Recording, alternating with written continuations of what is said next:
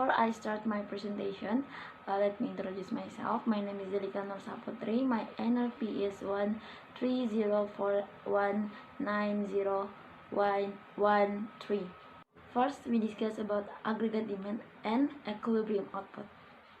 Let's see the formula number 1. AD equal C plus A plus G plus NX. We assume that C is for consumption, E for investment, G for government, and exports for NX, and the last aggregate demand is AD. If you see the formula number 2, there is equilibrium output. Y equals AD equals C plus A plus G plus NX. Next, we talk about the formula number 3. When aggregate demand, the amount people want to buy, is not equal to output, there is unplanned inventory investment or reinvestment. There's EU equals Y minus AD. EU is unplanned addition to inventory. If output is greater than aggregate demand, there is unplanned inventory investment. Now we discuss about the consumption function and aggregate demand. Okay, we focus on consumption in part because the consumption sector is so large, and in part because it's easy to see the link between consumption and income. In practice, the demand for consumption goods is not constant, but rather increase with income. Families with higher income consume more than families with lower income, and countries where income is higher have higher levels of total consumption. And the relationship between consumption and income is described by the consumption function. Next, we talk about the consumption function. If you see the formula number 4, there is formula for consumption function. Now, we discuss about consumption and saving. As you can see the figure 10.1, the blue line is C equals C bar plus CY. There is consumption function, and the black line AD equals A bar plus CY, and the last line AD equals Y. As you can see, equation 5, definition: saving is equal to income minus consumption, S Y minus C. The consumption function equation 4 together with equation 5, which we call the budget constraint, implies a saving function. And we see the formula 6 from equation 6. We see that saving is an increased function of the level of income because the marginal propensity to save MPS S equals 1 minus C is positive. Now we discuss about consumption, aggregate demand, and autonomous spending. For the formula, we assume that investment is A, government spending is J, taxes are TA, transfer are TR, and net exports NX. As you can see, that is the formula number 7 and number 8, and also you can see the formula number 9. Next, we discuss about equilibrium, income, and output. As you can see, this is the figure equilibrium, income, and output, figure 10.2. This process leads to the output level Y0, at which current production exactly matches planned aggregate spending, and unit-tainted inventory changes IU are driver. Now we talk about the formula for equilibrium output. Today I'm going to explain about the multiplier and the mafia and multipliers, the government sector, and equilibrium income tax, and about the budget. I'm going to explain about the multiplier. The multiplier effect refers to the increase in final income arising from a new injection of spending. Mafia and multipliers.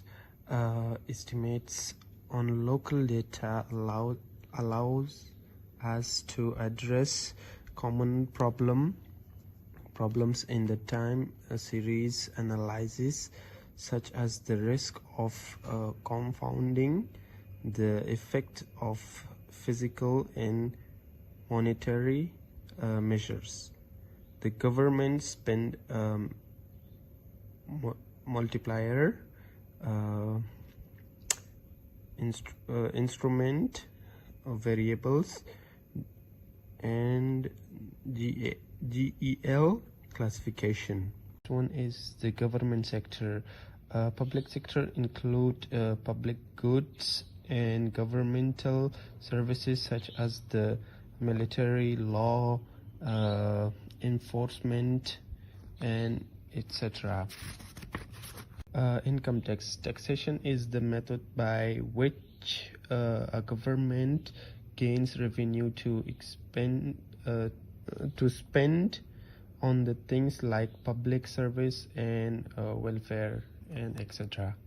A multiplier when increase or changed cause increase or change in many other related economic variables. And the last topic is the budget. Is the expected or proposed revenue and expenditure of the government during particular period. And the next topic is about the equilibrium income. Equilibrium level of income when aggregate supply and aggregate demand are equal. In other words, when GDP is equal to total expenditure. Now I will explain about the budget. There are three types of budget that I will explain. First, budget deficit. Second is budget surplus. And third is fiscal deficit. A fiscal deficit is a shortfall in a government income compared with its spending. A fiscal deficit is calculated as a GDP or simply as total dollars spent in excess of income. A budget deficit occurs when expenses exceeds revenue and indicate the financial health of a country. A budget surplus is a period when income or receipts exceeds outlays or expenditure. A budget surplus often refers to the financial states of government. This is the curve of United States government budget deficit as a percentage of GDP or the fiscal stimulus. A surplus happens when the curve goes up because government earn more money and they save it. Meanwhile, deficit happens when the curve goes down because the government spending is higher than the income. As we can see in 2009, the fiscal stimulus package generated a record peacetime deficit.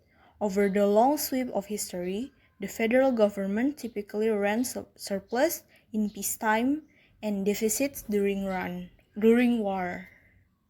So this is the budget surplus curve, and as we can see, when the curve goes up, we have budget surplus here because the taxes is more than the government spending, and we have budget deficit here because the government spending is more than the taxes. Actually there is no T here, but to make it easier for you, so I put it here. and we are assuming that T is 4 and G is 2 and TR is 3, and TY is 4 and G is 2 and TR is 1. So 2 plus 3 is 5, right? And this 1, 2 minus 1 is 1, and 4 minus 1 is equals to 3. And this one, 4 minus 5 equals to minus 1. That is why this one is budget surplus and this one is budget deficit, because it is, as we can see, when BS is lower than 0, it become the budget deficit, and when BS is become more than 0, then it is budget surplus. So what is the effect of government purchase and tax changes on the budget surplus? We know that the increase in the tax rate will reduce the level of income. It might appear that an increase in the tax rate, keeping the level of government spending constant, could reduce the budget surplus. In fact, an increase in the tax rate increased the budget surplus. If the government is forced to increase taxes or cut spending to meet the budget surplus, it could have an adverse effect on the rate of economic growth. If government spending is cut, then it will negatively affect aggregate demand and could lead to lower growth. A budget surplus doesn't have to cause lower growth. If the economy is booming, then a budget surplus could be compatible with strong economic growth. Also, even if the government increased taxes, the Bank of England could ease monetary policy to maintain strong growth. In fact, in a booming economy, Keynesian economics suggests that a budget surplus could help prevent excess growth and inflation. So the difference between the actual and the full employment budget surplus is the only difference arises from the income tax collection. Specifically, if output is below the full employment surplus exceeds the actual surplus. Conversely, if actual output exceeds full employment or potential output, the full employment surplus is less than the actual surplus. The difference between the actual and the full employment budget is the cyclical component of the budget. In a recession, the cyclical component tends to show a deficit, and in a boom, there may even be a surplus. According to Dunbers and Fisher, full employment level means an unemployment rate of about 5 to 5.5%. This rate will differ depending on the assumption made about the economy at full employment. Second, high employment surplus is not a perfect measure of fiscal policy because fiscal policy involves a number of variables like the tax rate, transfers, and government purchase.